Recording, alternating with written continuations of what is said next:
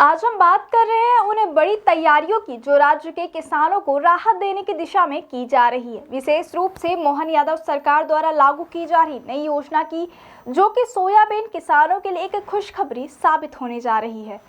मध्य प्रदेश में सोयाबीन किसानों को एक बड़ी राहत मिलने वाली है। राज्य की सरकार ने घोषणा की कि सोयाबीन किसानों को भावांतर योजना के तहत भुगतान सीधे उनके खाते में किया जाएगा। इस योजना को लेकर मुख्यमंत्री मोहन यादव ने कहा है कि यह कदम सिर्फ राहत देने का नहीं, बल्कि किसानों की आय को मजबूत करने का भी है।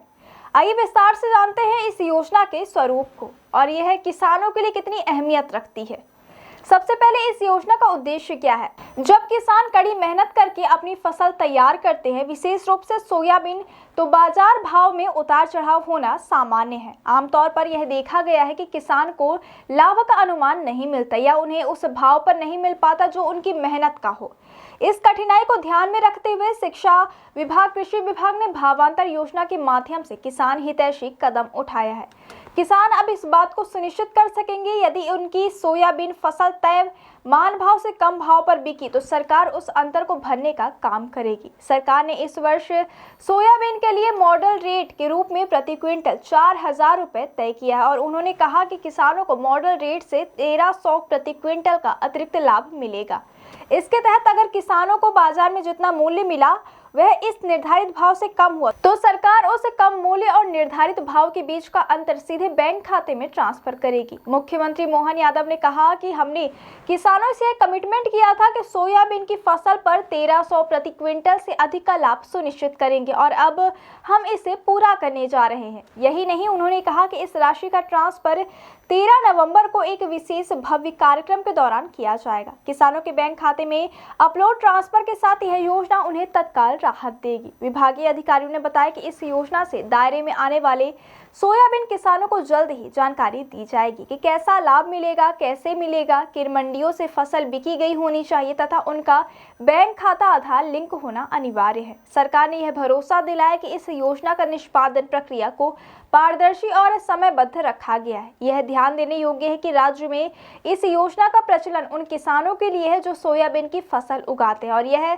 उनका लंबे इंतजार के बाद सुनहरा मौका है। सरकार का कहना है कि जिन किसानों ने पिछले साल या उससे पहले लाभ नहीं पाया था, उन्हें भी इस वर्ष सही समय पर लाभ मिलेगा। किसानों की प्रतिक्रिया भी सकारात्मक है। हाल ही में आयोजित समीक्षा बैठकों में मोहन यादव ने कृषि एवं मंडी विभाग के अधिकारियों को निर्देश दिए कि किसान सम्मिलित मंडियों में कोई भी रुका टुका पैसा या प्रक्रिया में देरी ना हो। किसानों को बीज, उर्वरक और मंडी प्रबंधन सुविधा के साथ साथ इस योजना के तहत प्रत्यक्ष लाभ मिलने वाला है, जिससे उन्हें तत्काल लाभ मिले तथा विपरीत बाजार परिस्थितियों से बचाव होगा। इस पहल को किसान आय सुरक्षा की दिशा में एक मील का पत्थर माना जा रहा है। यह योजना किसानों को भरोसा देती है कि उनकी मेहनत व उपज को उचित मूल्य मिलेगा। इसके साथ ही यह राज्य में सोयाबीन की उपज को बढ़ावा देने तथा किसानों की आर्थिक स्थिरता सुनिश्चित करने की दिशा में एक सकारात्मक कदम है। अब सवाल यह उठता है कि इस योजना के कार्यान्वयन में किन किन बातों पर ध्यान देना होगा। पहला, किसान का बैंक खाता यह आधार लिंक्ड होना चाहिए ताकि भुगतान सीधे किसानों को मिल सके। दूसरा, किसान को अपनी फसल मंडी में समय पर पहुंचाना होगा तथा फसल का विक्रय प्रमाण पत्र सही तरीके से दर्ज होना चाहिए।